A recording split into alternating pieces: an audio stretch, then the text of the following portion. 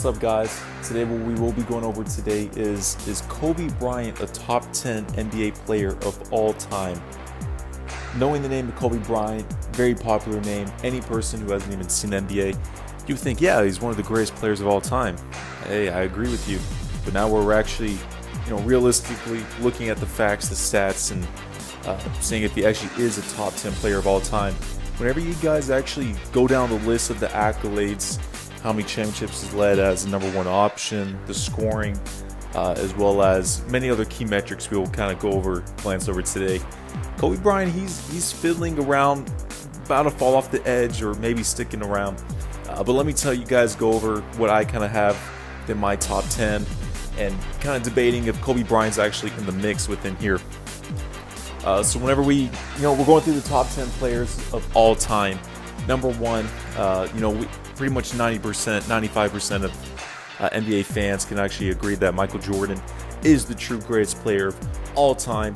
I can go a little further into his accolades and everything. Everyone knows this, but we can kind of move forward from there. Number two, guys, the second greatest player of all time. On my list, I go with Bill Russell. Now, with Bill Russell, yes, he won 11 NBA championships in 13 seasons, 5 MVPs. They didn't count finals MVPs back in those days, but he was one of the greatest, if not the greatest, defender of basketball of all time in NBA history. And I do understand during that time there was only around 10 teams or so. I think it made a little less during the 60s. But you got to keep in fact, guys. He went up against Wilt Chamberlain, took him down multiple times in the finals and the playoffs, and as well as he has the accolades that prove it up. Third greatest player of all time, guys, I gotta go with Kareem Abdul-Jabbar. Number 4, I'm rolling with Magic Johnson. Number 5, I do have LeBron James. At number 5, a lot of people, LeBron fans, they're gonna get very mad at that, saying, "What? LeBron's either number 1 or number 2. This is blasphemy. What is this?" Guys, calm down. I'm a LeBron fan myself. I've been following LeBron. He's been my favorite player for the past decade and above. But whenever it comes to LeBron James, guys, he only has 3 championships. He's moved from free agent class to another class, different team and franchises, and he's only managed to win 3 chips, lose 6 times in the finals, and he just needs to win more championships. That's pretty much it. Number 6, I do have Larry Bird, Larry Legend, the Killer. Whenever you're looking at Larry Bird, 3 championships, just like LeBron James. He's gone to the finals 5 times. He won 3 MVPs in a row, and this guy was a killer. One even game, he wanted to decide to save himself for the next following night. And what Larry Bird did go and do is he decided to shoot left-handed the whole game and scored around 40 points or so, even making a free throw and layups and just nailing everything. But he did have that killer mentality, something like a Jordan and a Kobe.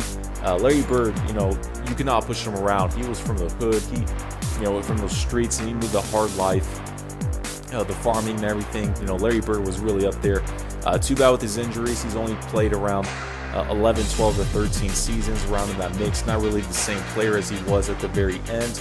But Larry Bird, definitely underrated all time. A lot of fans don't even have him in, pretty much sometimes even their top 10, which is kind of blasphemy within that. Number 7, I gotta go with the Diesel. I'm playing with him right now, Shaqadelic, the Big Cactus, Superman. You have a bunch of nicknames with Shaq. But with Shaq, 3-peated with the Los Angeles Lakers as we're here in 2000, 2001, and 2002. Later was traded. Then he went over to the Miami Heat, helped with the main cause to bring that championship aspirations, and Dwayne Wade took over in those 2006 finals. It's a little controversial with all the play calls and the whistles with all of the refs, so we'll kind of leave that be as of right there.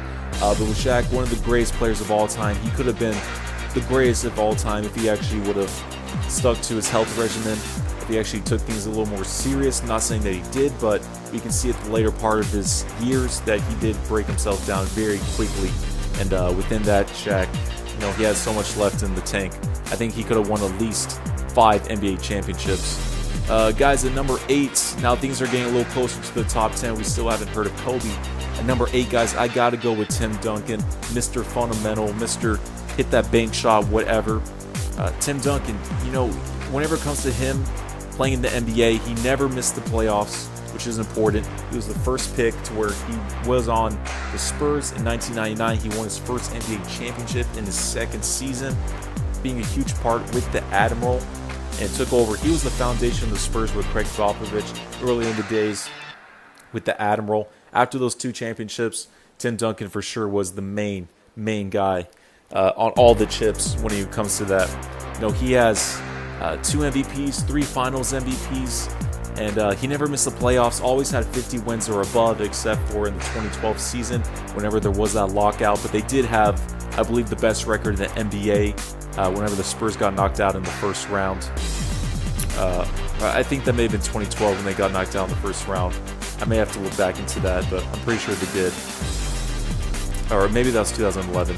But yeah, 2012, we had Tim Duncan, first round. They got first place in the standings, best record, and it was just consistency. He wasn't the most flashiest player, but he was Mr. Fundamental for a reason. A dominant force, the greatest power forward of all time. Guys, now we're going down where were we at? Number 9. So with me, for these next 3 players, and this is something you guys can comment down below, have your own debates, but now we have 3 players, no order right now. So we have Hakeem Olajuwon, Wilt Chamberlain, and we got Kobe Bryant. These are 3 players that I could definitely, any person has them in their top 10 if you talk around in the league. So whenever it comes to Kobe Bryant, personally, what I have in my list, I will put Kobe at number 9. This is something to where I've dangled him in the past around 10, maybe even 11. I'm not saying because of his death I'm going to push him, up to number 9. But with Kobe, the thing is, the first 3 championships with Shaq was the main player. Kobe did show up in the finals, as well as he did show up in the playoffs, sometimes averaging over in the high 20s, in the 30s. He didn't know how to take over when need be. But we do know Shaq was the most definite dominant force, the best player in the NBA. Kobe was not far off when it comes to those guys in the NBA. Kobe Bryant, the thing with him, he only won 1 MVP in 2008. Some people have debated he should have won more. I'm not going to really say anything more into this video about that within Kobe. 2 Finals MVPs out of 5. That's something I do take into consideration. A lot of people put Kobe, top 3, top 5. I can't, because when it comes to leading a championship team to a championship, Kobe Bryant was number 2 for 3 of them, and which is a huge important thing. But when Kobe went on his own, Shaq left town. 2008 through 2010, 3 finals appearances, 2 wins. Kobe did have that Jordan-esque type of feel in the game. So Kobe Bryant, one of the most dominant forces. At number 10, guys, I'm going to have to put Hakeem Olajuwon.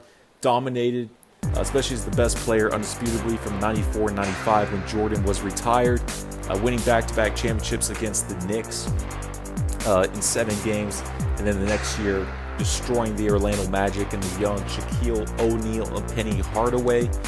Congrats to Hakeem Olajuwon. Jordan was still in the game during that time period. We don't know what may have happened if he would have won those championships or not, but dominant force. Of course, he's an MVP, 2-time Finals MVP, and that's Hakeem Olajuwon, one of the greatest centers of all time, definitely offensively.